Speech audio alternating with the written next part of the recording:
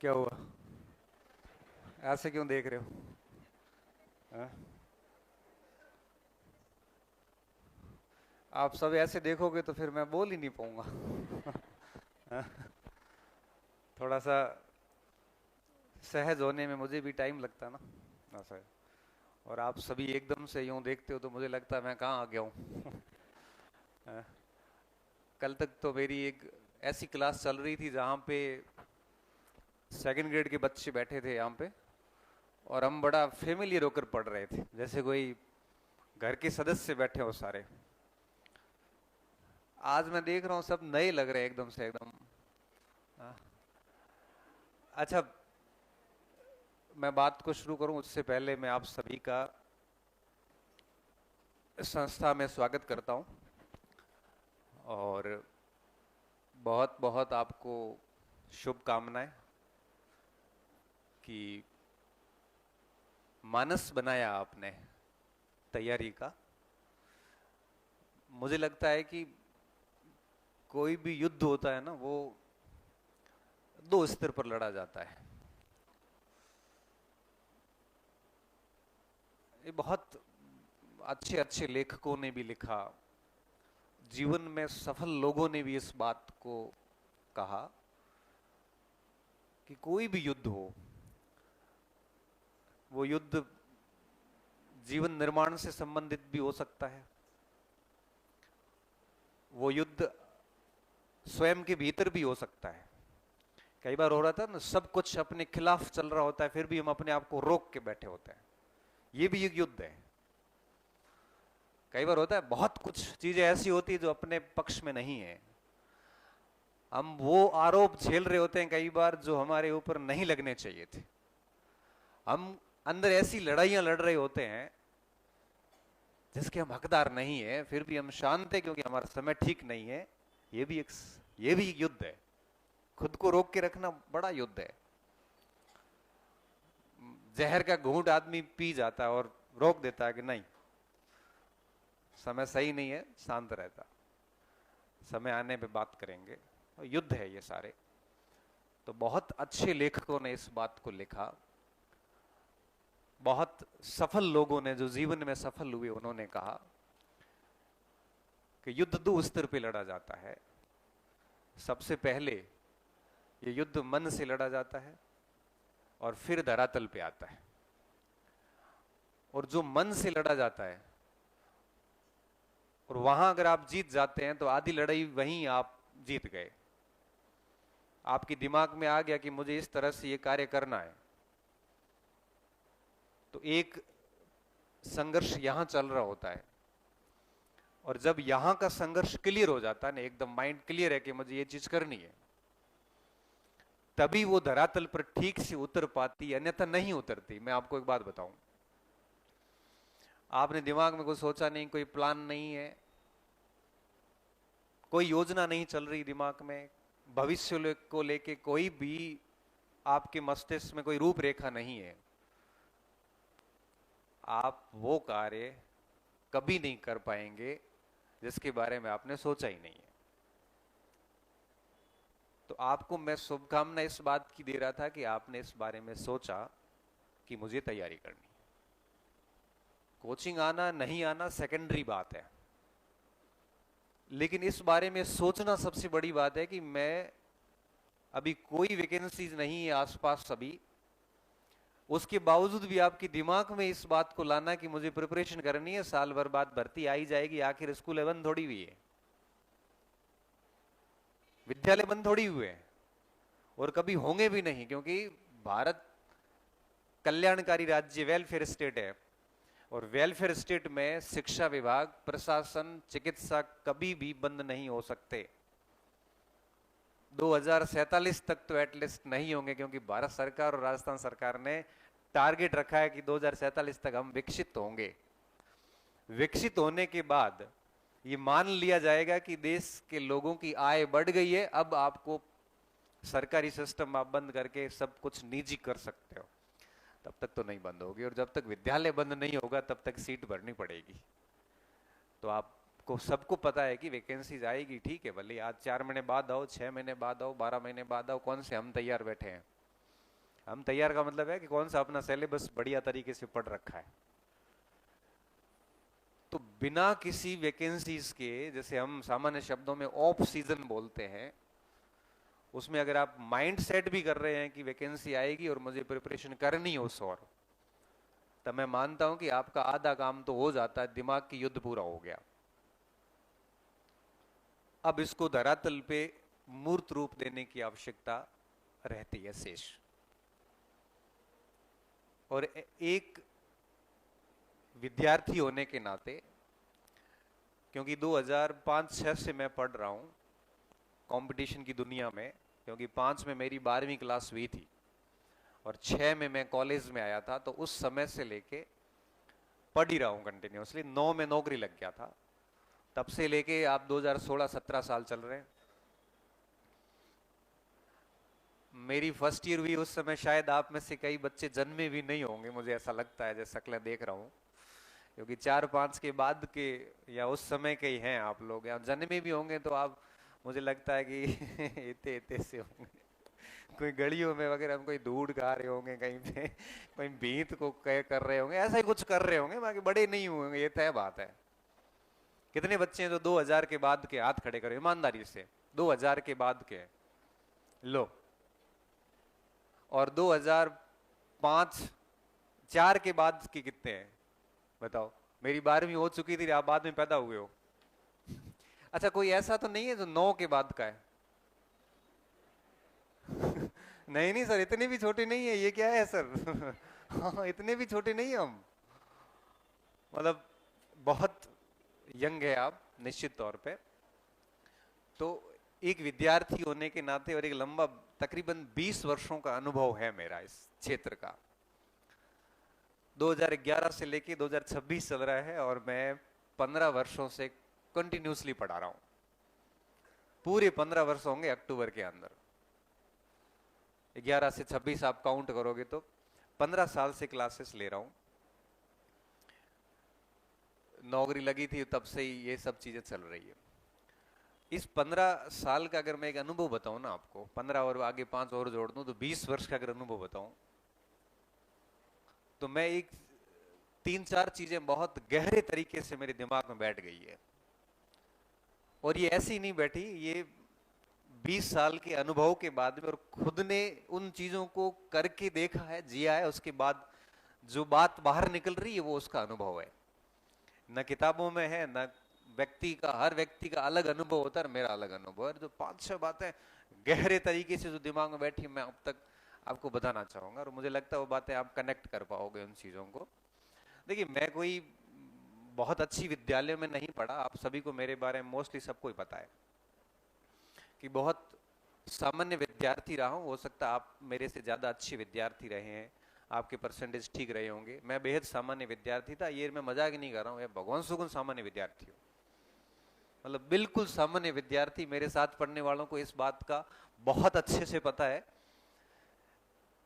कि बहुत मुश्किल काम लग रहा है। आज भी कई कहते हैं, आज भी मेरा एक दोस्त आया था, कह रहा थारे किकर सेटअप सेट हुआ है, पढ़ाई की है यार, केसर क्या तेरे से? मैंने होशियार था।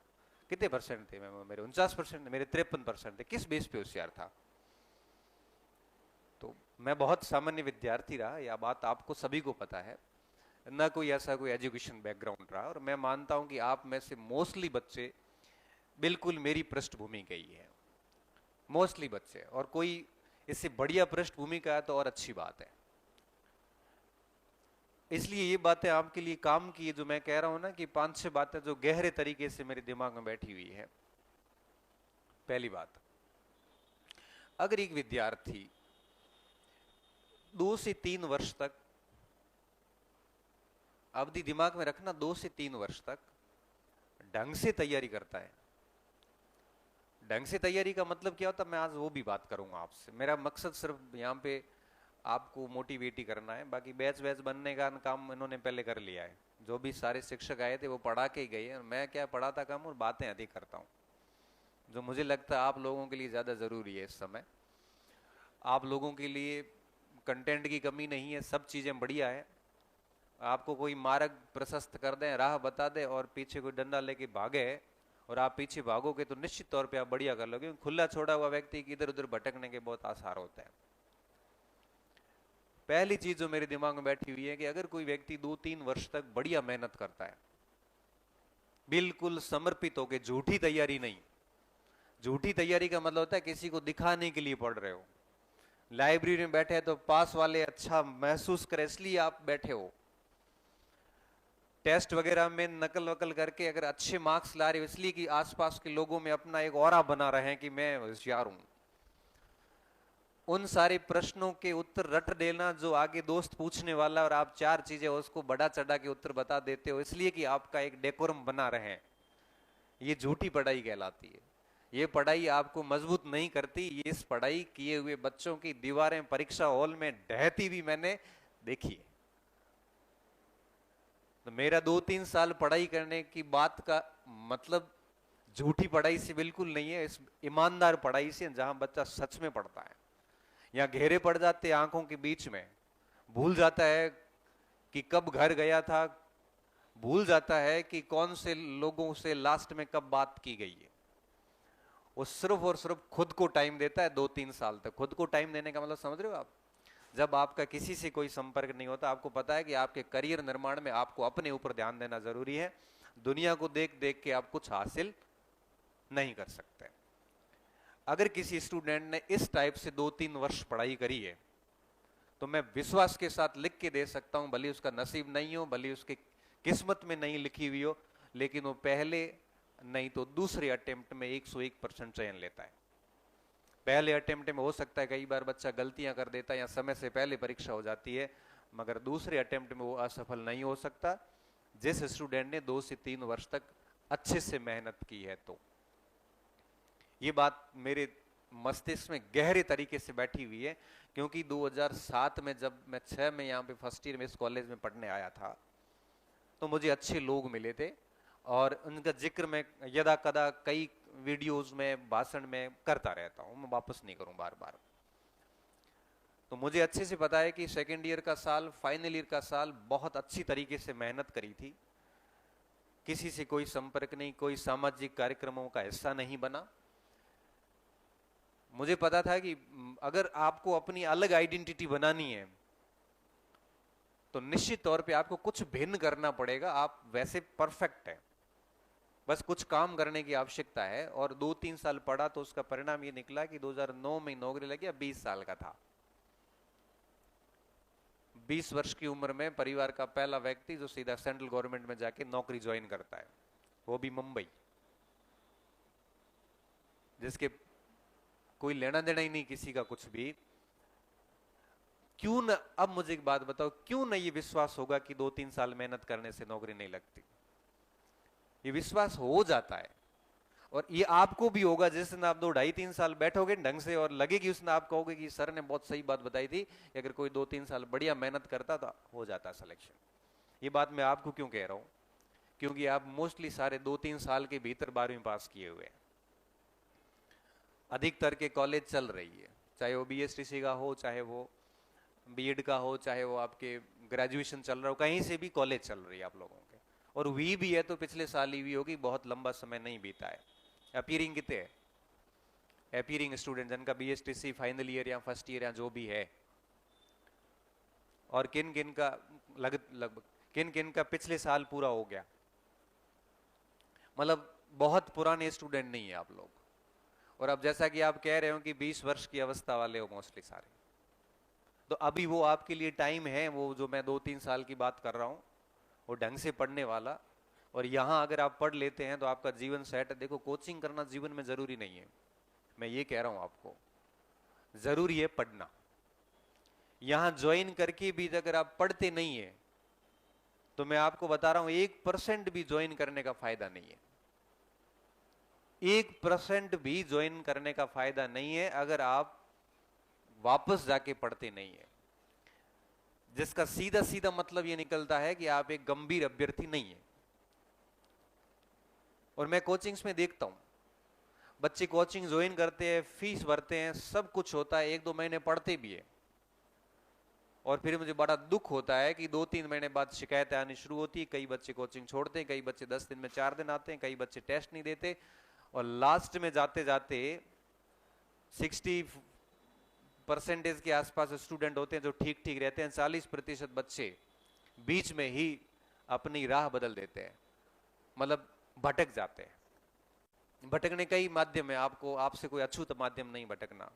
वो मोबाइल में भटक सकता है, कोई नशों में भटक सकता है, कोई लड़कियों में भटक सकता है, कोई दोस्तों में भटक सकता है, कोई कारोबार में चला जाएगा। भटकने के कई सारे रीजंस है। भटकने वाला व्यक्ति हो तो कई भी जगह भटक जाएगा।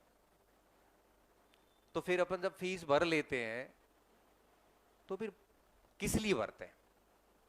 इस उद्देश्य के लिए ना कि 2 साल बढ़िया मेहनत करके नौकरी लेके निकल जाएंगे यहां से। ये डेली डेली किताबें नहीं पढ़ी जाएगी। फिर जब इतना कुछ कर लिया तो क्या हम दिमाग को इतना समझा नहीं सकते कि हमें 2 साल सिर्फ यही काम करना, आप सिर्फ पढ़ाई करनी है, इसके अलावा कुछ नहीं करना है। चाहे वो किताबों से करो, चाहे वो कोचिंग जाके करो, चाहे रूम में करो, चाहे लाइब्रेरी में पढ़ो, चाहे घर में पढ़ो। क्या हम इतना दिमाग को नहीं समझा सकते कि मुझे अब 2 साल केवल पढ़ना है? किस लिए पढ़ना है, किसके लिए पढ़ना है, हमें बताओ। सिर्फ खुद के लिए मैं बता रहा हूं, सिर्फ खुद के लिए। आपकी नौकरी से फायदा सिर्फ आपको होता है, किसी से मांगने नहीं पड़ते। महीने की 1 तारीख होते ही, कल 31 तारीख गई है परसों, और आज दिन में मेरे मैसेज आया था सुबह 9-11 साढ़े 10-11 बजे, your account has been credited with dash dash dash dash and your available balance is hi hi hi hi hi. इससे खुशी आपको ही होती है, बाकी वाले तो परेशान होते हैं इससे कि इसकी मैसेज क्यों आ रहा है ये। तो अगर आप 2 साल पढ़ रहे हैं तो किसके लिए पढ़ रहे हैं आप, ये भी तो सोचो। ये सिर्फ खुद के लिए कर रहे हो आप। जब आप खुद के लिए 2 साल खुद को टाइम नहीं दोगे तो आप, सही बताओ, नौकरी के हकदार नहीं है भाई। तो गहरी जो बात मेरे दिमाग में बैठी वो ये बैठी हुई है कि अगर आपने मानसिक रूप से तय कर लिया है, बीएसटीसी वगैरह करा रखी है, और दिमाग में बात बिठा दी है कि आगे जो वैकेंसी आने वाले, क्योंकि 28 में चुनाव है, आप सभी को पता है, जून जुलाई के बाद आचार संहिता लगेगी, ज्वाइनिंग उससे पहले देनी पड़ेगी, और उससे पहले ज्वाइनिंग देने के लिए एक इनको जबरदस्त भर्ती करनी पड़ेगी। 5-4 हजार भर्ती करेंगे तो सरकार को पता है वोट खिसक जाएगा। चुनाव के आखिर साल में हमेशा 30-35 हजार की वैकेंसी निकली है, आज दिन तक का ट्रैक रिकॉर्ड है, क्योंकि मैं 2008 से ये देख रहा हूं। चुनावी साल में सरकार कभी ऐसी गलती नहीं करती 5-4 हजार की। और मैं आपको आज ही लिख के दे सकता हूं कि वैकेंसी ढंग की आएगी। अब 28 में ज्वाइनिंग देनी, मैं सिर्फ ज्वाइनिंग का सोच रहा हूं, अब आपके कब आएगी, कैसे आएगी, ये आप देख लेना अपने हिसाब से। मेरा दिमाग सिर्फ वहां पे है। कहां पे? ज्वाइनिंग पे है। अब ज्वाइनिंग देंगे तो परीक्षा भी करानी पड़ेगी, और परीक्षा करानी है तो फॉर्म भी लेने पड़ेंगे, और फॉर्म लेने हैं तो विज्ञापन जारी करना पड़ेगा। प्रोसेस तो करनी पड़ेगी ना। तो अब प्रोसेस के बारे में क्यों सोचे, सीधा परिणाम देखो ना कि ज्वाइनिंग कब करवाएंगे। ये ज्वाइनिंग करवाएंगे चुनावी साल में। ये आज तक यही होता है और आगे भी यही होगा। ये ऑन रिकॉर्ड बोल रहा हूँ, ये सारा रिकॉर्ड होता है, यूट्यूब पे डालूंगा, और भले आप रख लेना कट करके कि सर की गए सुना देखो। आज मैं कई महीना पहला बोलियो तो मैं 10 कट ऑफ रहे थारे L1 रही हमें रिजल्ट आने वाला है, देख लिया थारे कितनी गिरे ऊपर जाओ है, पूरे आसपास ही है, ज्यादा ऊपर नीचे को है। क्यों? अनुभव है, पता चल जाता है कैसा क्या कुछ होने वाला है। तो ये 28 के अंदर ज्वाइनिंग देंगे तो आप पता है कि परीक्षा वगैरह तो होगी, वो 27 में होगी, और 27 में एग्जाम्स करवाएंगे तो तय बात है कि प्रोसेस वगैरह भी 27 में शुरू करेंगे। तो अब आप इस बात को लेकर तो निश्चिंत है कि भर्ती तो आएगी। अभी भी किसी को लगता है कि वैकेंसी नहीं आएगी? किसी को लग रहा है ऐसा? नहीं लग रहा है। तो हम ध्यान है कि भर्ती आ है तो ते पढ़ो क्या को है? अब आपके पास कोई ये तो बहाना नहीं है ना नहीं पढ़ने का कि वैकेंसी नहीं है। ये बात तो क्लियर हो गई। मतलब जब भर्ती आनी तय है, ज्वाइनिंग तय है, तो अब आप पढ़ लोगे ना, पढ़ोगे ना। हाँ। अब देखिए 26 के 3 महीने जा चुके हैं, 9 महीने शेष है और 27 के 12 शेष है। 12 और 9 होते 21 महीने। लगभग लगभग आपके पास में 1.5 साल का टाइम है, 1.5 साल का समय आपके पास। और मैं आपको बहुत विश्वास के साथ कह सकता हूं, क्योंकि ये मैंने सारी चीजें करके देखी, इसलिए मैं बोल रहा हूं। सेकेंड ग्रेड ही बना, सारी भर्तियां पास किए, नहीं तो मैं नहीं बोल पाता। नहीं तो मेरे को भी लगता पता नहीं कैसे नौकरी लगती होंगी, क्योंकि ये सब चीजें करी है, पास भी करी है। कितना टाइम लगता है, पास करते हुए बच्चों को देखा है, रिजल्ट निकालते हुए स्टूडेंट को भी देखा है, पहली रैंक से लेके लास्ट रैंक तक। तो मुझे अंदाजा है, उस बेस पे मैं कह रहा हूं कि 1.5 साल का टाइम है। और कोई एक विद्यार्थी कैसा भी हो, सामान्य हो चाहे अपने आप को कमजोर मानता हो, ब्रिलियंट हो, जैसा भी हो, 1.5 साल इतना समय होता है कि वो अपने पहले प्रयास को आखिरी प्रयास बनाने की हिम्मत रखता है। बस शर्त यह है कि उसको अंदर से लगना चाहिए कि 1.5 साल में मैंने एक दिन भी फालतू खराब नहीं किया है, ये आना होना चाहिए। ऐसे नहीं हो कि आप, ऐसे तो 1.5 साल कई जाते हैं कई, लेकिन अंदर से ये लगे ना कि मैंने टाइम बिल्कुल खराब नहीं किया, अपना बेस्ट दिया है। तो मैं आपको लिख के दे सकता हूं उस टाइम पे कि आप 1.5 साल के भीतर रिजल्ट निकाल लेंगे, भले आप 0 से शुरू कर रहे हैं।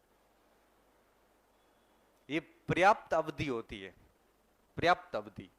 एक चयन के लिए, अध्यापक भर्ती के चयन के लिए 18 महीने पर्याप्त अवधि होती है। मैं कहता हूं साल भर में तो आदमी लेक्चर बन जाता है, और बने हैं। मैं कई बच्चे इस बार अभी हिस्ट्री का, इतिहास के रिजल्ट आए हैं, मेरे से मिलने आ रहे हैं, मैं उनको पूछ रहा हूँ कितना टाइम लगा, तो कह रहा साल भर लगा, कोई कह रहा सर 8-10 महीने में कर लिया था, किसी ने कहा सर 1.5 साल लगा। बट कर रहे हैं, कोई पृष्ठभूमि बड़ी जबरदस्त नहीं है।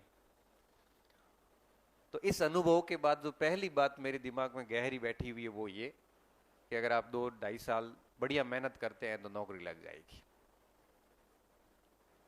अब आप अगर ये कर पाते हैं तभी मैं कह रहा हूं कि क्लास ज्वाइन करो, तो कम से कम ये श्योर हो जाना कि मैं ये कर पाऊंगा।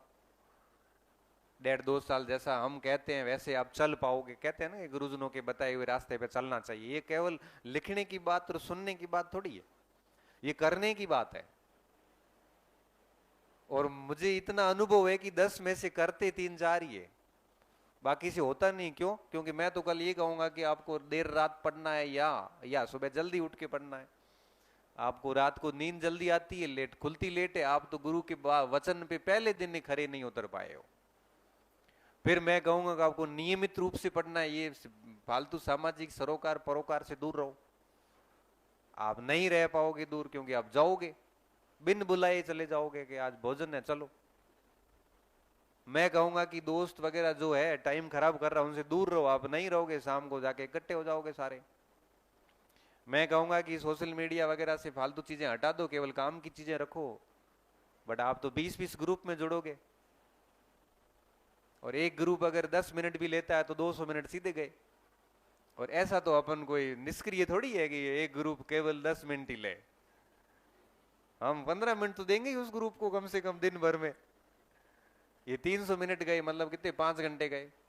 मैं तो यही कहूंगा कि इनको हटाओ पहले दिन। आप नहीं हटाओगे मुझे पता है। मैं ये कहूंगा कि 7-8 घंटे कोचिंग होती है, 3-4 घंटे घर जाके पढ़ो। आप नहीं पढ़ोगे मुझे ये भी पता है। जब आप ये नहीं करोगे तो नौकरी की हम लागे कौन? ऐसे थोड़ी है कि घर जाओ, आपको नॉर्मल काम किया और आपको सीधा अपॉइंटमेंट लेटर दे। भाई अपने जैसे 5-7 लाख बच्चे बैठे मार्केट में। अब भर्ती कितनी भी बड़ी आएगी तो लेंगे तो 15-20 हजार, इससे ज्यादा थोड़ी लेंगे। तो हम भाई इस 20 हजार का हिस्सा बनना है तो ये सब सेक्रीफाइस करने पड़ेंगे, त्याग करने पड़ेंगे। और आप ये भी तो सोचो कितने साल त्याग करने हैं? 2 साल। फिर सारे सोशल मीडिया हैंडल ओपन करो ना, फिर लिखो कि मैंने कैसे तैयारी की। भले कोचिंग में तो लिखा दो मैंने ये किताब पढ़ी थी, मैंने किताबों से खूब मेहनत की थी। अच्छा, नोट्स पढ़े पढ़े नौकरी लगी। फिर आप खूब ज्ञान दीजिए ना, आपको कौन मना करे, आपकी हर बात को स्वीकारा जाएगा कि सही बोलते हुए लागू हुए तो गलत थोड़ी बोले।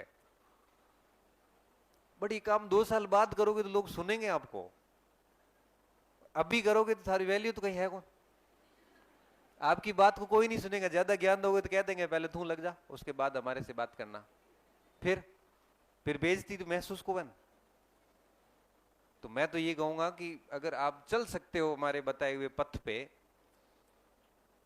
तो फिर कुछ सोचना नहीं है फालतू इधर उधर, लग जाओ तैयारी करने। आज का दिन है, मान लो कल एक लड़के का किसी कोई इंटरव्यू लिया था, कोई 49th रैंक देवासी था, कोई बच्चा था, बड़ा अच्छा लड़का, मुझे तो पता भी नहीं था। वो बच्चा 29 मार्च 2025 को मेरे पास आया सिरोही से, तो बड़ा डिप्रेशन में, कोई फैमिली प्रॉब्लम ये वो। मैंने उससे घंटा भर बात करी, क्या दिक्कत है, और दिक्कत है उसने इतनी गहरी बताई, सारी पारिवारिक समस्या ऐसी थी, पढ़ नहीं, सच में नहीं पढ़ पा रहा था। मैंने कहा साल भर के लिए, मैंने कहा मेरे अनुसार चल रहे, फिर समस्याओं में वापस पड़ जाना। तो अभी बाहर कैसे निकलूं, जयपुर चला जा। बस 2-3 महीने रहे थे शायद परीक्षा को, मैं 2-3 महीने मेरे अनुसार चल रहे, फोन वोन सब बंद करवा गए, निकाल दिया उसको। इतना ढंग से पढ़ा कि फर्स्ट ग्रेड में 49th रैंक आई, सिलेक्शन हुआ तो समस्याओं का समाधान हो गया। समस्या उसी चीज की थी। और अब वो बच्चा, मैंने मेरे जब सिलेक्शन हुआ तो पहला कॉल ही आया मेरे को, बोला कि सर मेरी नौकरी लगी। मैं तो नहीं पहचाना तेरे को। तो उसने गुरु मेरे को फोटो भेजा उस पे व्हाट्सएप पे कि सर ये मैं 25 मार्च को आया था और आज 25 मार्च ही ये साल भर हुआ है और मेरी सर नौकरी लग गई, मेरा जीवन धन्य हो गया। अब देखो चलना तो आपको पड़ेगा, हम तो आपको केवल डायरेक्शन देने वाले हैं कि ये है। तो ये बात मेरे दिमाग में गहरे तरीके से बैठी हुई। अगर कोई स्टूडेंट 1.5-2 साल अपने गुरुजनों के बताए हुए रास्ते पे ईमानदारी से चलता है, ईमानदारी से चलने की आपको बहुत सारी चीजें झेलनी पड़ेगी, बहुत कुछ चीजें छोड़नी पड़ेगी आपको, बट छोड़नी 2 साल के लिए, ज्यादा नहीं। एक बात। दूसरी बात जो मैं कह रहा था, कुछ चीजें गहरे तरीके से दिमाग में बैठी हुई है। आपके बैकग्राउंड का आपके परिणाम पर कोई असर नहीं होता है। आप 10th 12th में राज्य मेरिट में थे कि मेरी तरह पास हुए हैं, कोई फर्क नहीं पड़ता है, कोई फर्क नहीं पड़ता है। फर्क इस बात का पड़ता है कि अब आप कैसा करते हो। अगर आप पढ़ाई में एवरेज या ठीक रहे हैं या कमजोर रहे हैं, तो मेरी बात याद रखना, इसका आगे के रिजल्ट पे कोई असर नहीं होता। अगर आप अब साल भर का जो 1-1.5 साल का टाइम है उसको आप अच्छे से पढ़ते हैं तो। मैंने देखा है कई बच्चे इस तनाव में रहते हैं कि मैं सर पढ़ाई में ठोठ हूं। आपने ठोठ कैसे मान लिया?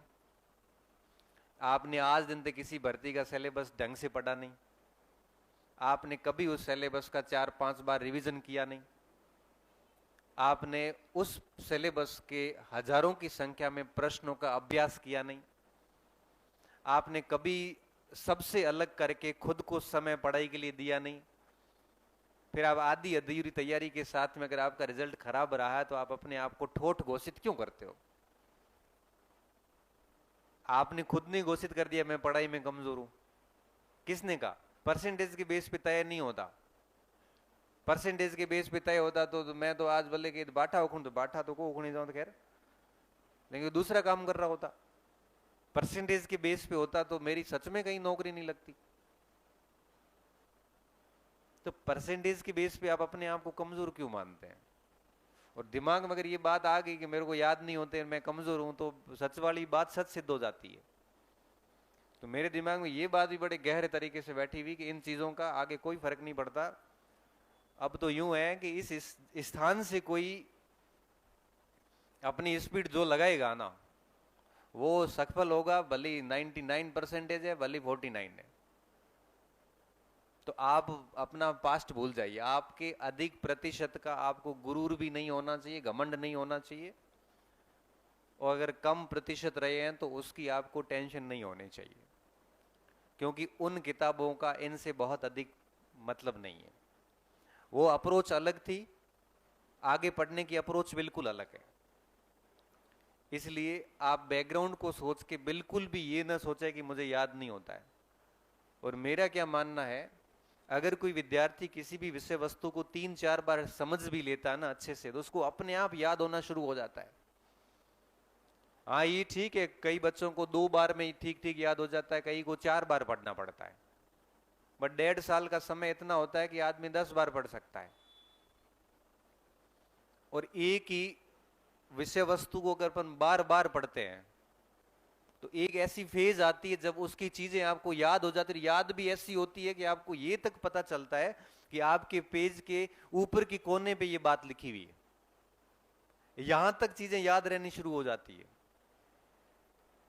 तो कमी परसेंटेज या उसकी या अपने दिमाग की नहीं है, कमी इस बात की है कि हम उसको बार बार पढ़ नहीं पा रहे और लगातार उसका अभ्यास नहीं कर रहे हैं। तो अगर आप ये चीजें कर सकते हो तो तैयारियां शुरू कर लो।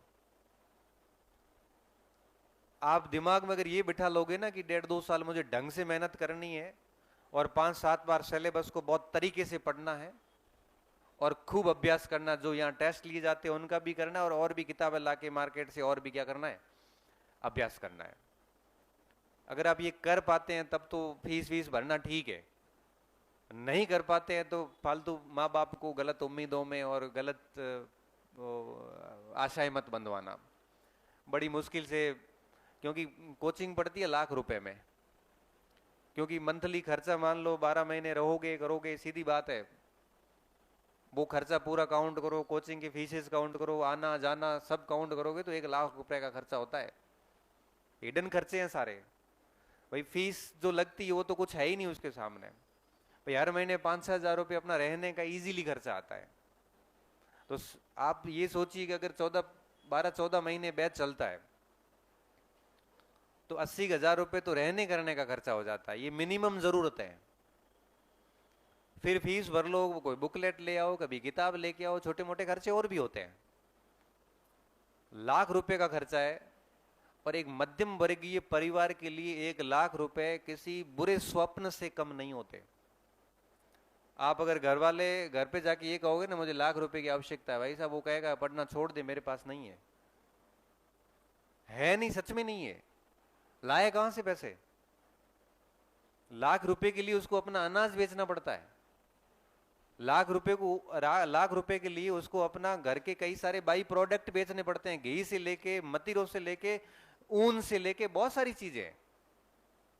लाख रुपए के लिए उस व्यक्ति को अपने कई सारे सपने सैक्रिफाइस करने पड़ते हैं। लाख रुपए के लिए कई दूसरे खर्चों में कटौतियां करनी पड़ती है कि यार अपने रहने दो, भेजने बच्चे के हर महीने 5,000 रुपए लाए कहां से, घर चलता है गांव में 3-4 हजार रुपए में। तो उस लाख रुपए के लिए उस व्यक्ति को आपका जो भी पीछे सपोर्ट सिस्टम है, आपके पापा हो सकते हैं, आपका भाई हो सकता है, बहन हो सकती है, माँ हो सकती है, कोई भी आपका सपोर्ट सिस्टम तो है, तभी आप यहाँ बैठे हो, नहीं तो नहीं बैठ पाते, एक सिंगल डे नहीं बैठ पाते। घर से रुपए देने बंद हो जाते हैं ना, उसी दिन आपको बोरिया बिस्तर पैक करके बस में बैठना पड़ता है, मैं आपको बता रहा हूं। और जीवन भर समान नहीं रहता समय, वो दौर कभी भी आ सकता है जिस दिन आपको कहा जा सकता है कि भाई पैसे नहीं है, सॉरी। क्योंकि ऐसी स्थिति समय पूछ के थोड़ी आता है कि मैं अब खराब समय शुरू हो रहा हूं, वो किसी भी मोड पे एक फोन से शुरू हो जाता है। तो वो 1 लाख रुपए का अरेंजमेंट करना बहुत चुनौतीपूर्ण कार्य है। इसलिए मैं सब बच्चों से कहता हूं कि आप गांवों पर ढाणियों से आए हुए लोग हैं, आप केवल आप नहीं, आप पूरे परिवार को रिप्रेजेंट कर रहे हैं, वो पूरे परिवार की उम्मीदों के साथ यहां पे आए हुए हो कि एक लगेगा तब हम पीछे वाले को पढ़ा पाएंगे।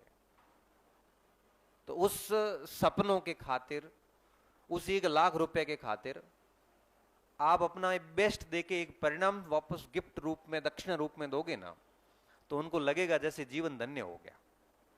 मैं जस्ट अभी आ रहा हूं, मैं बीसू गया था, वहां पे एक बच्चा अपना मेरे पढ़ता था, मनोहर सिंह राजपुरोहित, 39th रैंक है उसकी इतिहास में अभी। पूरे परिवार में पहली, घर पिताजी के परिवार में पहली नौकरी है।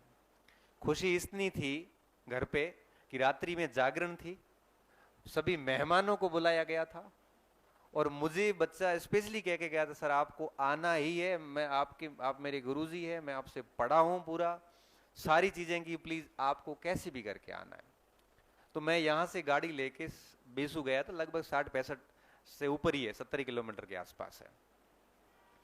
मैं उसके लिए गिफ्ट भी लेके गया, छोटा सा गिफ्ट में एक पेन थी और एक सर्विस बुक थी। सर्विस बुक का महत्व आपको पता है? सर्विस बुक का महत्व ये है कि आप जैसे ही नौकरी ज्वाइन करोगे, सबसे पहले प्रिंसिपल कहेगा आप सर्विस बुक लाइए, भरनी पड़ेगी, और जब आप रिटायरमेंट होंगे तब वो सर्विस बुक आपको लास्ट साइन के साथ में सर्विस बुक साथ में रिटायर होती है। मतलब आगे के जीवन के 40 साल की नौकरी करो चाहे 30 साल की करो, एक ही सर्विस बुक रहती है पूरे जीवन। मैं वो सर्विस बुक उसको देके आया, मैंने बेटा ये जीवन भर अब तेरे साथ रहेगी, और जब जब तू सर्विस बुक देखेगा तुझे मेरी याद आती रहेगी।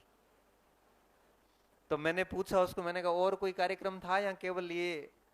तो कि सर केवल नौकरी का ही कार्यक्रम था, मेरे घर में बहुत खुशी का माहौल है, तो हमने पापा जी ने जागरण दिलवाई है, और आज जो है वो मेहमान आए थे, सभी मेहमान आए हैं, बस खुशी का माहौल है। हमने उसको साफा पहनाया, बड़ी भोजन वोजन किया, और उसके बाद में मैं सीधा चल के यहाँ आ रहा हूँ आपसे मिलने के लिए। अब बताओ ये दोनों कितने गजब संयोग है कि एक सफलता प्राप्त की विद्यार्थी को सम्मानित करके एक उपहार देके जब हम यहाँ आ रहे हैं, तो नए आकांक्षी सामने बैठे हैं, सर हमें भी नौकरी लगना है। मैं उनके पिताजी की आंखों में देख रहा था, और पिताजी झुकने लगे, मैंने नहीं मैं तो आपका बेटा हूं। हो गए पूरी मारे बच्चेरी जो नौकरी लागी है गुरु थानो समर्पित है। अब आप सोचो कि शिक्षक के लिए इससे बड़ा दिन क्या होगा जब सीनियर सिटीजन, मेरे पिता तुल्य जो बुजुर्ग है, वो आपको अप्रिसिएट करे। मुझे ये लगता है कि ये उस बच्चे के कारण हुआ है। उसने सफलता दी तो सम्मान किसे मिला? मुझे मिला, एक गुरु को मिला। अगर वही बच्चा गलत काम करता तो हमें शर्मिंदगी महसूस करनी पड़ती। इसलिए मैं ये बात आपसे बार बार कह रहा हूं, देखो पढ़ना करना सारी चीजें आप करिए, और अच्छे से करोगे तो उसका रिजल्ट ये रहेगा कि आपको भी गर्व होगा, आपके माता पिता को होगा, और उससे भी अधिक गर्व हमें होता है। ये जो फीलिंग होती है, मैं उस जगह पे बैठे हम खाना खा रहे, तब मैं बात कर रहा था सब साथियों से, मैंने कहा एक मध्यम वर्गीय परिवार के लिए नौकरी कितनी महत्वपूर्ण है, कि खुशी खुशी बड़ा फंक्शन किया जा रहा है, 400-500 अतिथियों को आमंत्रित किया जा रहा है, बाकायदा टेंट लगाया जा रहा है, रात पूरी भजनियों ने भजन जो भी भजनी होते हैं उन्होंने भजन किए हैं। दिन में शुभ माने जाने वाले हमारे मंगणियार जो है वहां बैठे हैं। मंगणियार शुभ होता है, मंगणियार की अनुपस्थिति मानी जाती है अशुभ। मंगणियार का होना इस बात का संकेत होता है कि अशुभ नहीं होगा। वो दिन में वो कार्यक्रम चल रहा है, उस घर में विवाहिक माहौल चल रहा है। मैं ये आंखों से देख के आया था, मुझे लगता है कि नौकरी कितनी जरूरी है। ये जीविका निर्वाह नहीं है, भूख कोई नहीं मरता, अपने बाप दादे नहीं मरे, नौकरी नहीं लगी हुई थी। प्रेस्टीज का सवाल है, प्रतिष्ठा का, और उसी के लिए हमें चाहिए ये सब। और अगर उसके लिए हम 2 साल समर्पित होके नहीं काम करते हैं तो फिर धूड़ है पूरी बढ़ाई पे, धिक्कार जैसे कहते हैं, हिंदी में धूड़ कहते हैं अपने मारवाड़ी में। तो मैं आप सभी को यही बात समझाने आया हूं कि कोचिंग जरूरी नहीं होती, जरूरी होता है पढ़ना, और सिंसियरली पढ़ना। वो आप ज्वाइन करोगे तब भी करना पड़ेगा, नहीं करोगे तब भी करना पड़ेगा। और तीसरी जो चीज मेरे दिमाग में जो जहन में बैठी हुई है, मैं अभी 2 बातें पूरी कर पाया हूं, तारे समझ में आ रही? कोई खाली मारे जा रही है क्या? समझ में आ रही है? हाँ, यानी वे खाली थारे मार समझ में आ रही, मैं तो बस थोड़ा होन रहा हूं कि बोले ठीक है, बोलने का तो मेरा काम है।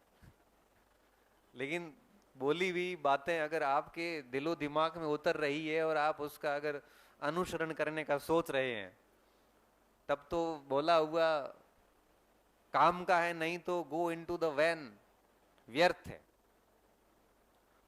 तीसरी बात जो मैं आपको बता रहा था मेरे अनुभवों से निकली हुई, वो है डिसिप्लिन, अनुशासन। अगर आप अनुशासित नहीं है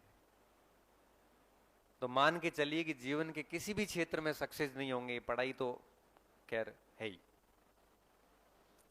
अनुशासन का मतलब शांति बना के बैठना नहीं है।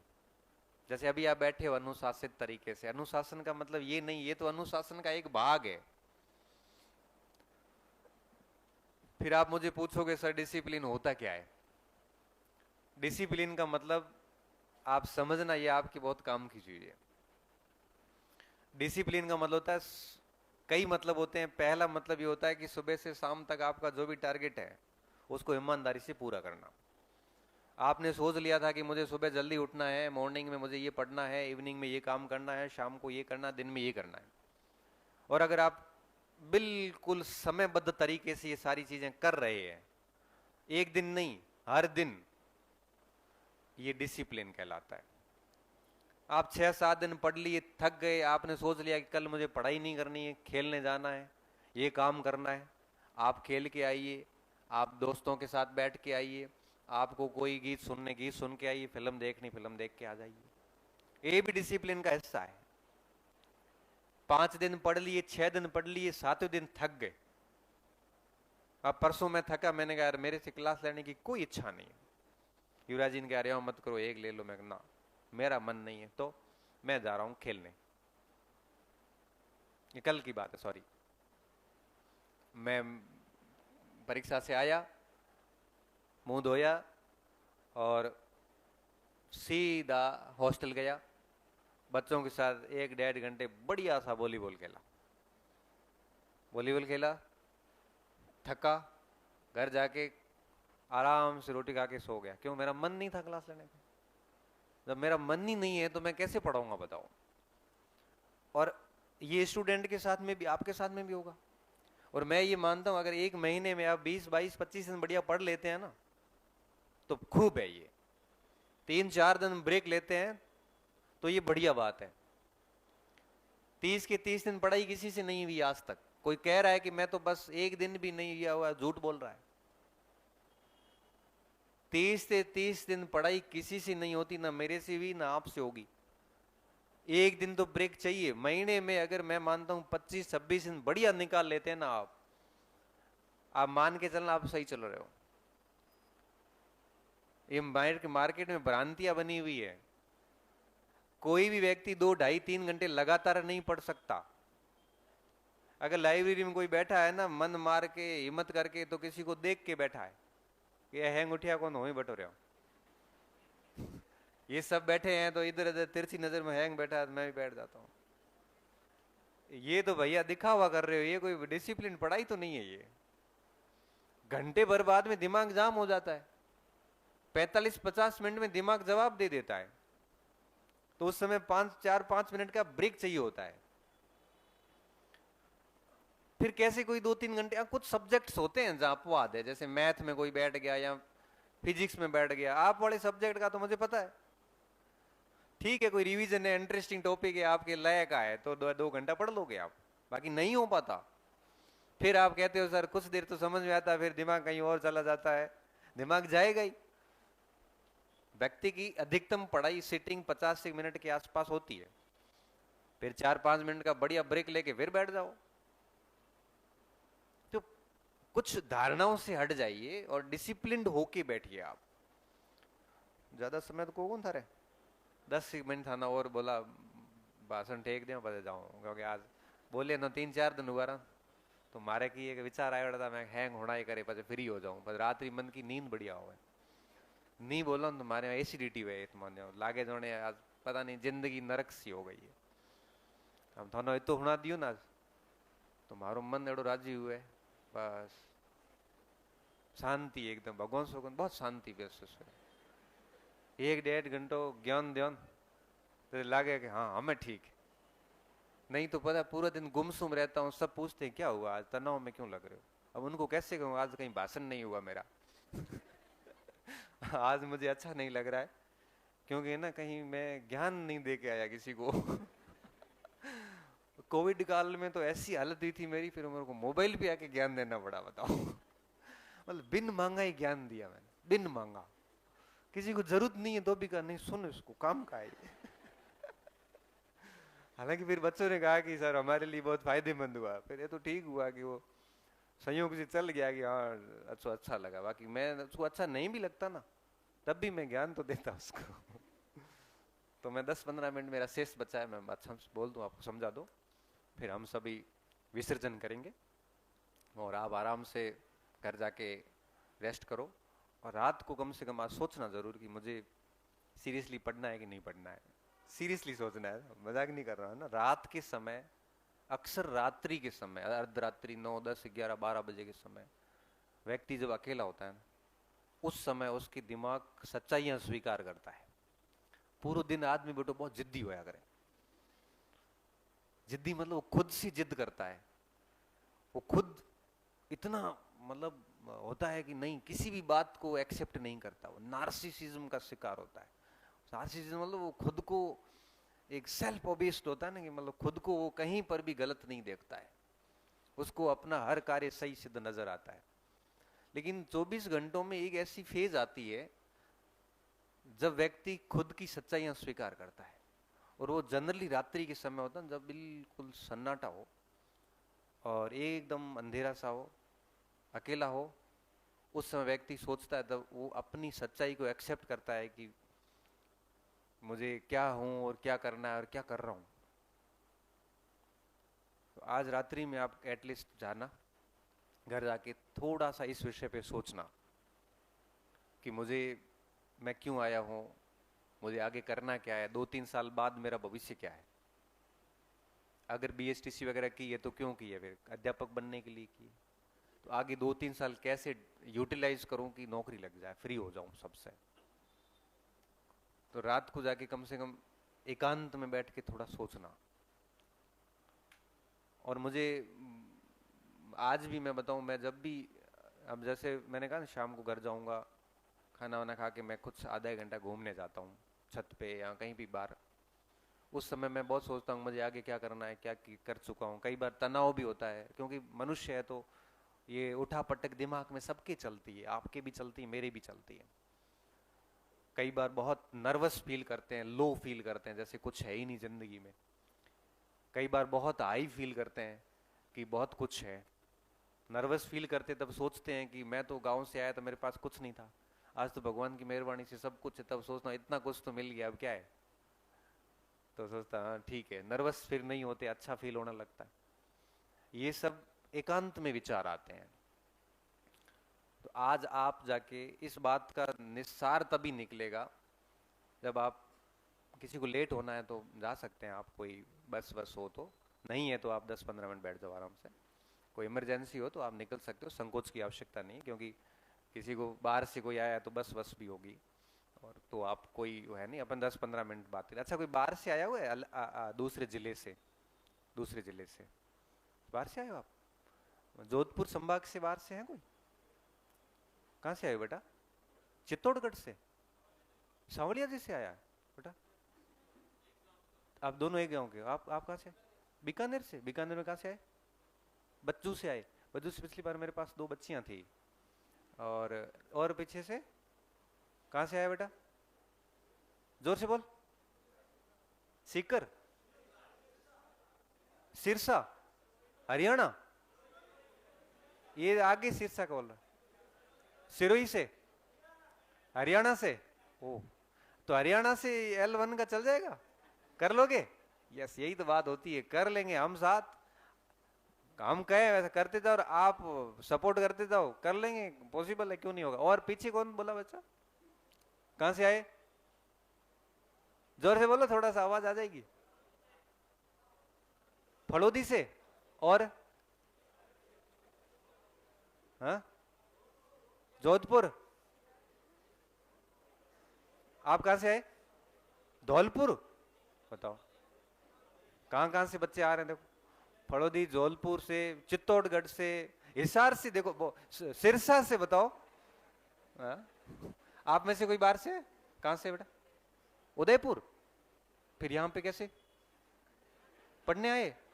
देखो कहां कहां से बच्चे मतलब पढ़ने के लिए उत्सुक हैं।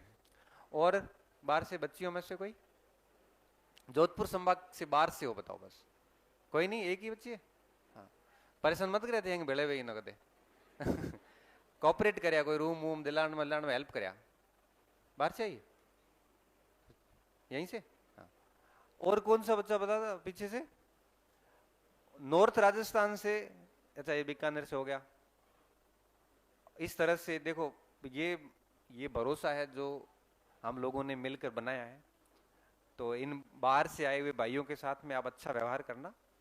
कोई रूम वूम कोई ठगे वगे नहीं थे, ये ना रूम भी ठीक दिलाया। पिछली बार मेरे पास बूंदी से बच्चे आए थे, प्रेम शंकर, मैं फिर उनकी ढाणी भी गया था बूंदी में एक बार। आपने रील देखी होगी गन्ने वाली, गन्ना खाते हुए। वो बच्चा, उसकी वाइफ वाइफ नहीं सॉरी बहन और वाइफ तीनों यहाँ थे। तो वो क्या शुरू में आया तो किसी ने टोपी पहना दी और महंगा रूम दे दिया, उसको पता नहीं चला।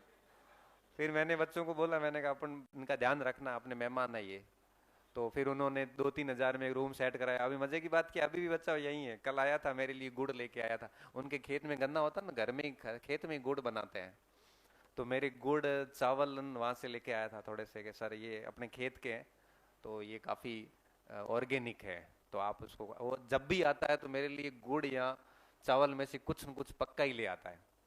और मुझे सच में ही वो गुड़ और चावल दोनों पसंद है, मेरी मम्मी को भी बड़े पसंद है, क्योंकि बहुत ओरिजिनल होता है, वो खेत से लाते हैं। तो वो बच्चा अभी यहीं बैठा है, कल कल शाम को ही आया था मिलने के लिए। अब उसके साथ रहने वाले जो बच्चे हैं अपने यहीं के, अब मैंने कहा मारवाड़ी, तो क्या सर अब थोड़ी थोड़ी बोल लेता हूँ।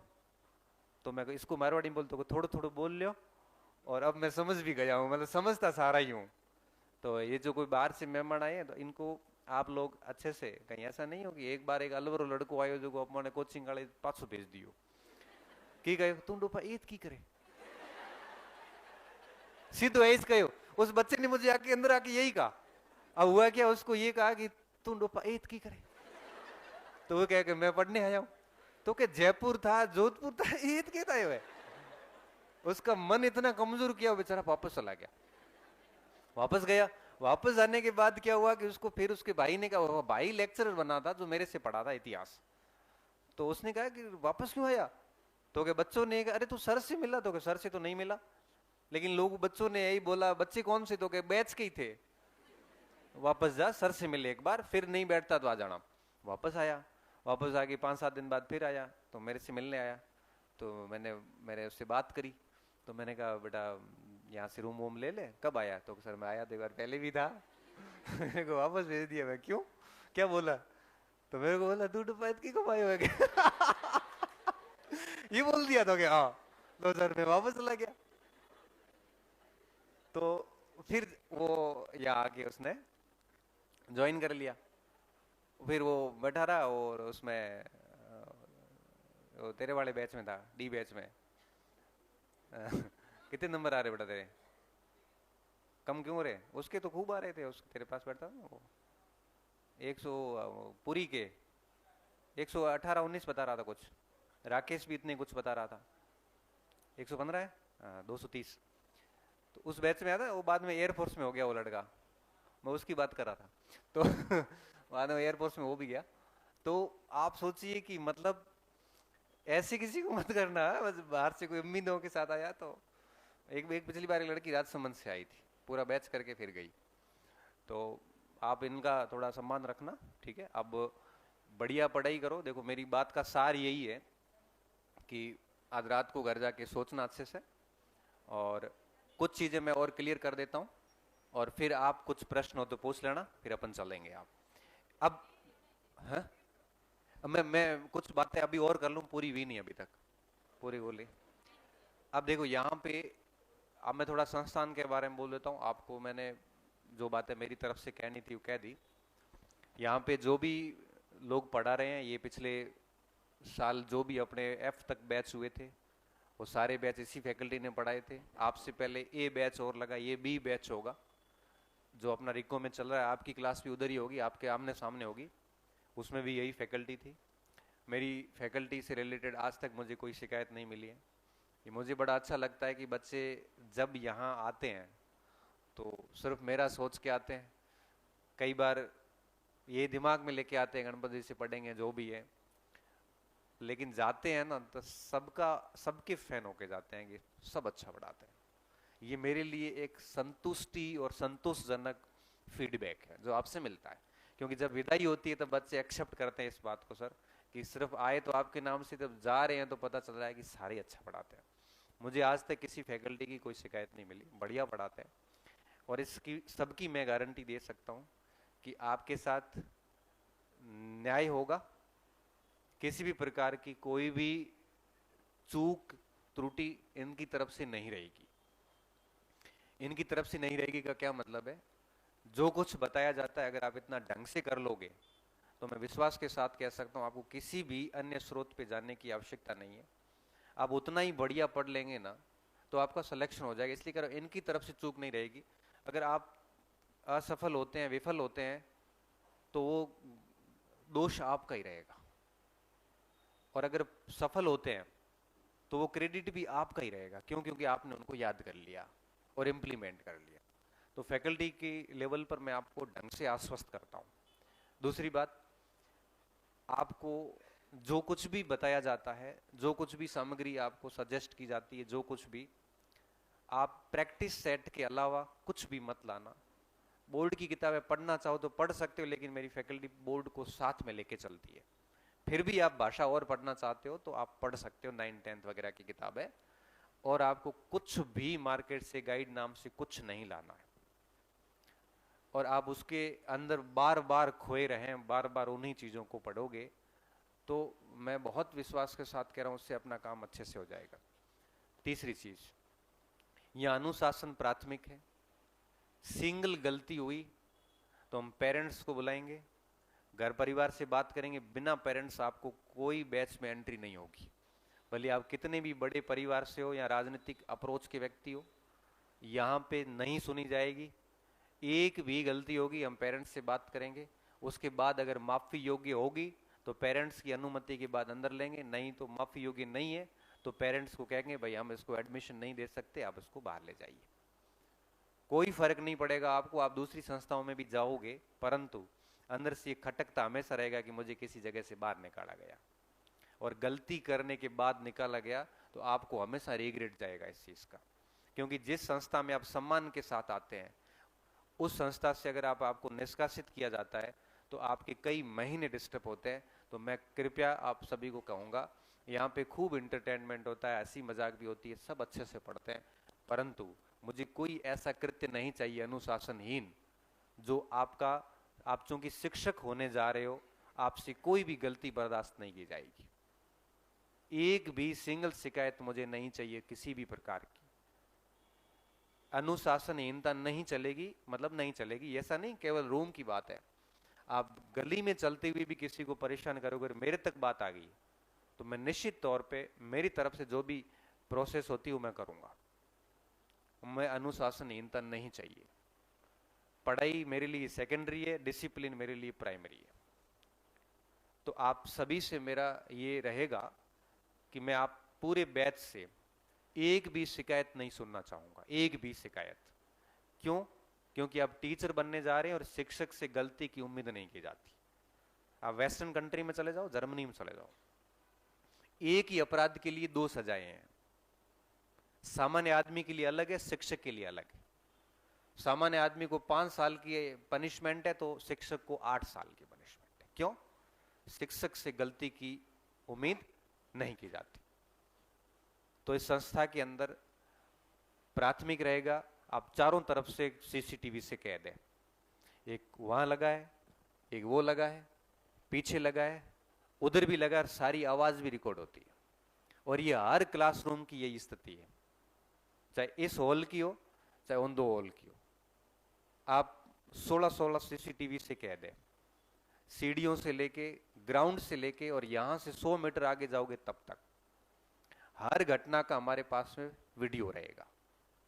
कुछ दिन पहले ए बैच में एक लड़के ने एक बच्चे को थप्पड़ मारे, लड़ाई हुई, बहुत बाहर हुई थी गली में, सीसीटीवी कैद हुआ, क्लिप काटी, बच्चे को मारा, बच्चे ने परिवार को कहा, वो चले गए कोतवाली।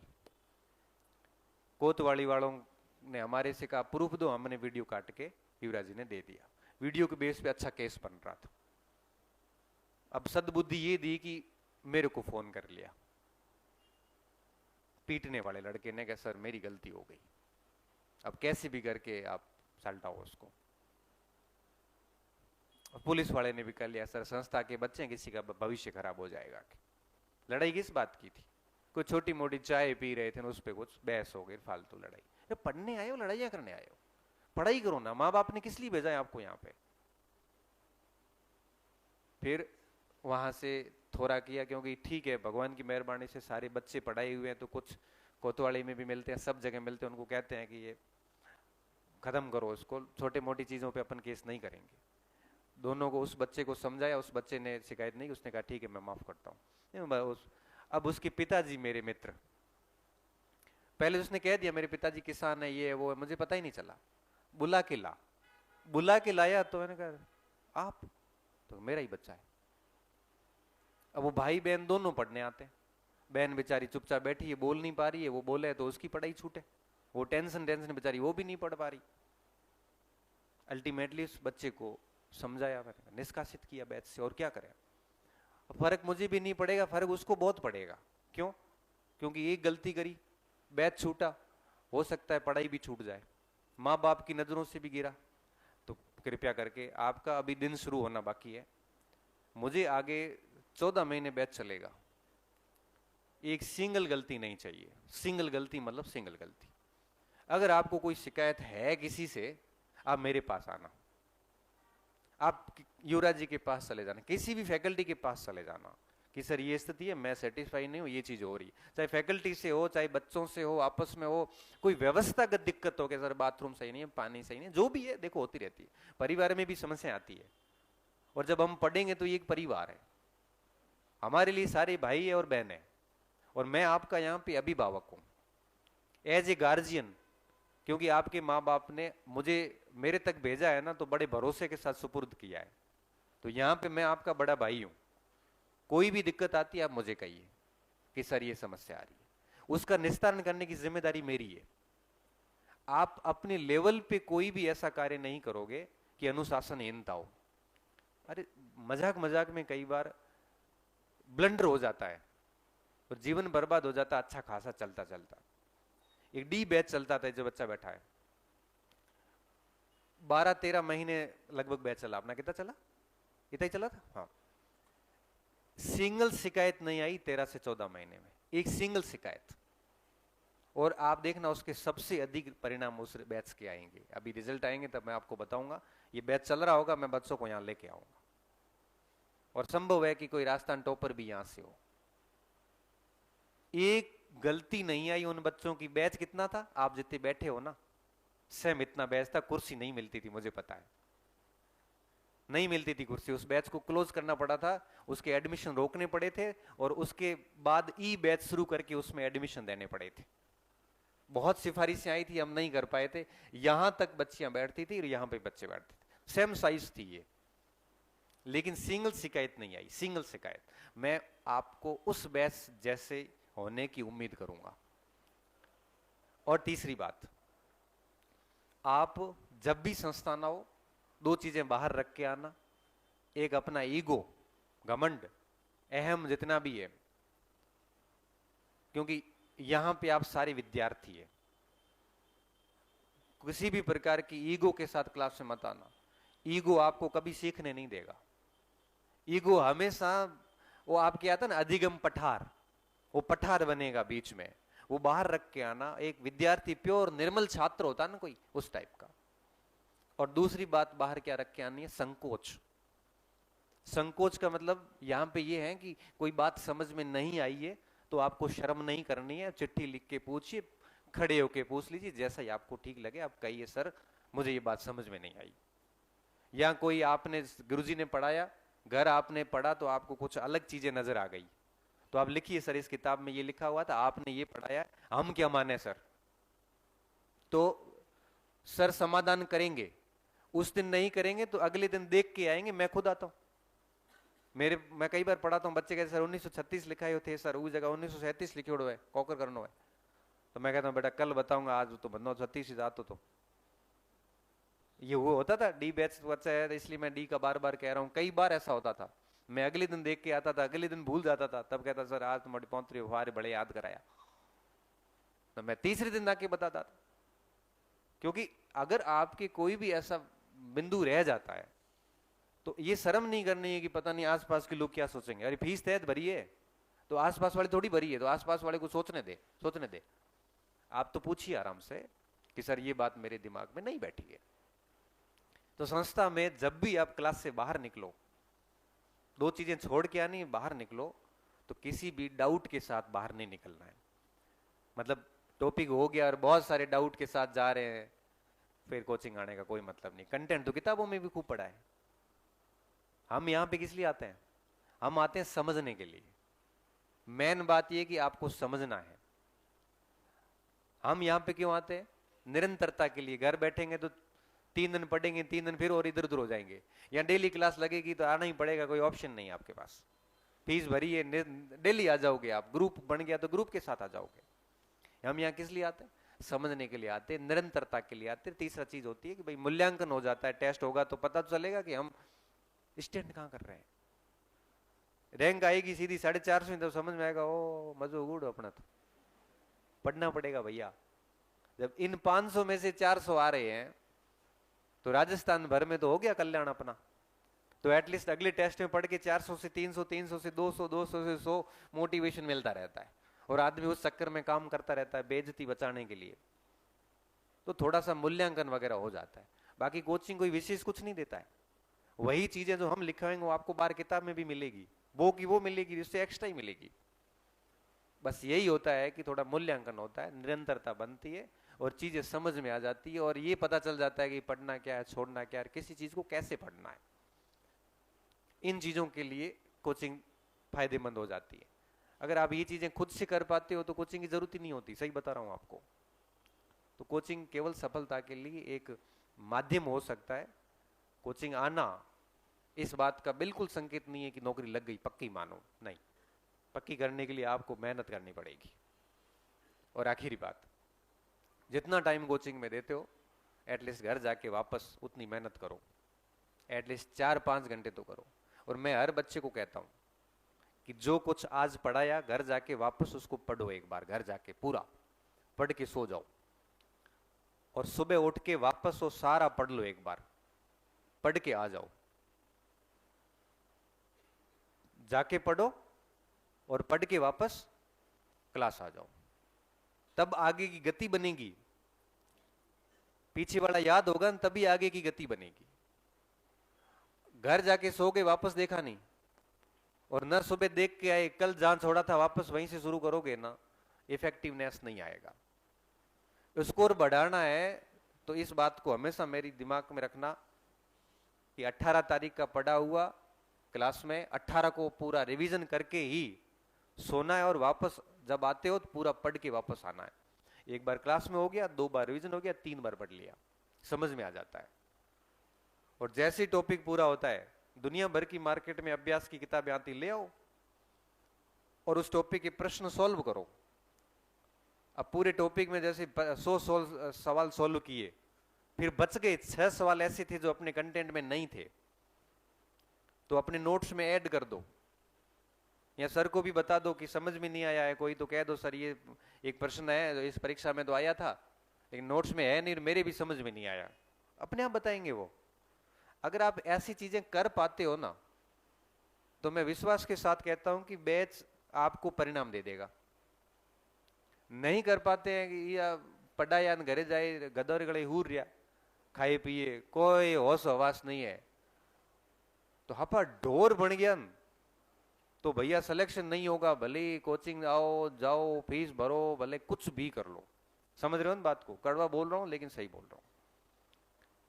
और ये मैं बातें पहले दिन इसलिए बोल रहा हूं कि दूसरे दिन फिर वही बच्चे आए जो सीरियस पढ़ने के लिए। मैं ये नहीं चाहता कि भाई, क्योंकि सीरियस बच्चा एक भी बहुत अच्छा होता है और नॉन सीरियस 1000 भी आ जाए ना तो केवल रेवेन्यू बढ़ता है, दिमाग खराब होता है। अच्छे बच्चे आते हैं ना, तब हमें खुद पढ़ने के लिए मजबूर हो जाते हैं। अच्छे बच्चे का मतलब जो मैंने अभी आपको ये बातें बताई। अच्छा, जाते जाते एक बात ये बताओ, कौन कौन देखने आया? खाली हमारे साथ होने आऊँ आला टाइम जो आया हूँ, खाली जो ही आऊँ, ईमानदारी बता दो, कहीं नहीं करो बस। देखो देखो, थोड़ा थोड़ा और थोड़ा और थोड़ा। हमारे साथ जो ही आऊँ कौन करे, ऑनलाइन दी है बड़ा है, अलग दी है कौन करे। कई बार ऐसा होता है, फुल बच्चे आते हैं, बीजू दिन एकदम नया आवेरा। आधे रहते हैं पुराने, आधे नए। अब पाठ शुरू करता हूँ तो कि सर ये हमने तो नहीं पढ़ा, काले पढ़े तो कल तो हम आए नहीं थे।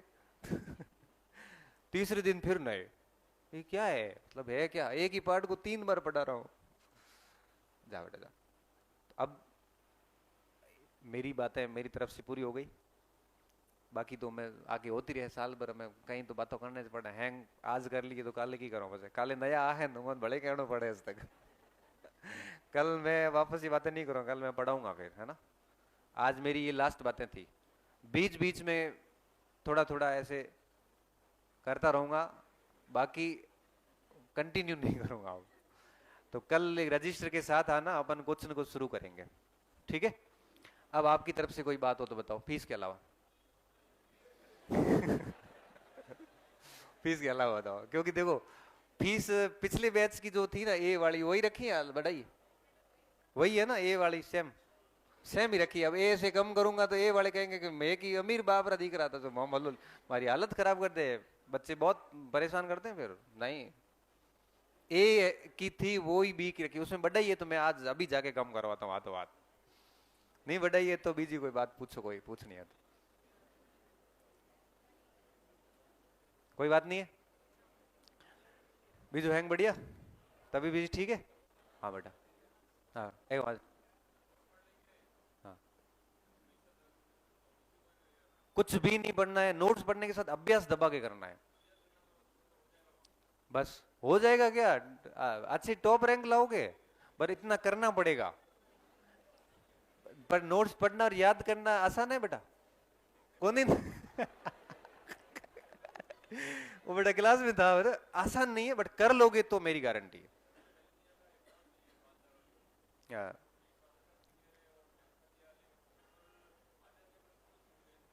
वो देखो उसके पीछे कारण था, कारण ये था कि पिछली बार क्या हुआ कि अचानक से पैटर्न बदला ना, तो बच्चे क्या मेंटली प्रिपेयर नहीं हो पाए।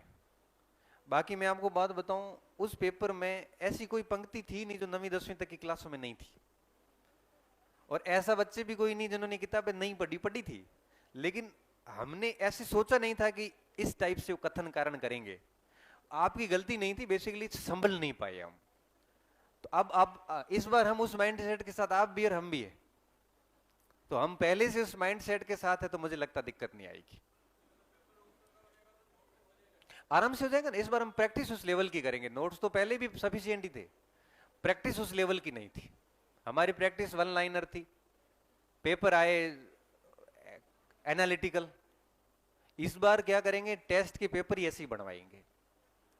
तो टेस्ट के पेपर ऐसे ही बनेंगे ना, तो आपके सोचने की प्रोसेस वैसी हो जाएगी, फिर वो आपके लिए बहुत नया पैटर्न रहेगा नहीं, बात ये। तो इस बार अपन उस चीज को कर रहे हैं, इम्प्लीमेंट कर रहे हैं। वो ए बैच में कर लिया है, बच्चे होते हैं दिल्ली आते हैं हमारे साथ, पेपर हार्ड है, नंबर आवा को नहीं याद, कोई बात नहीं, हार्ड पछे आ है पछे थापट हो के वो बोर्ड डाला परीक्षा में हमें सहन करो, अभी से घिसोगे तो वहां तक जाते जाते ठीक हो जाओगे। ठीक है, अब आप विसर्जन करिए, आप बच्चे बैठे रहो, कोई नहीं उठेगा, पहले बच्चियां जाएगी बाहर। और 1 मिनट, कल का टाइम यही रहेगा, कल आपको बाकी तो युवराज जी ने बता दिया होगा ना, सारा बता दिया ना, सारा है, क्लासेज वगैरह का सब बता दिया है। वो मुझे भी ज्यादा पता नहीं है, आपको बता दिया है, नहीं किसी को पता है तो साथियों से पूछ लो, आप ये बच्चों से पूछ लो ना जो आए, उनको पूछ लो। पहले आप नीचे उतरोगे, फिर मैं उतरूंगा, फिर आप ऐसे।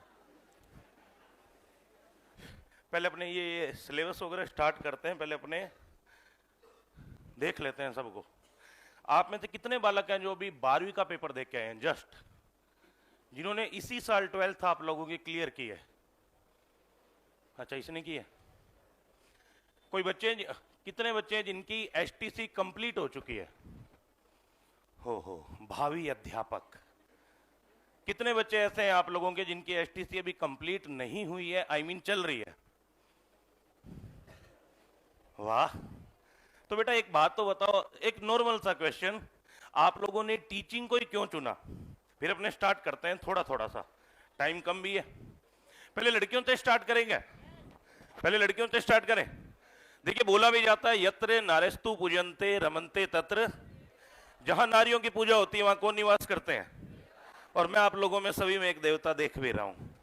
तो बच्चियों एक बात बताओ सारी, टीचिंग को ही क्यों चुना? What is the reason behind it? Anyone, कोई बताना चाहे? कोई भी बालिका, खड़े होके, बैठ के नहीं। हाँ बालिका, बाकी सुन लीजिए, कोई सारे बच्चे चुप रहेंगे 1 मिनट के लिए। पढ़ाना अच्छा लगता है। क्या 10वीं क्लास तक आपने सोचा था कि मुझे टीचर ही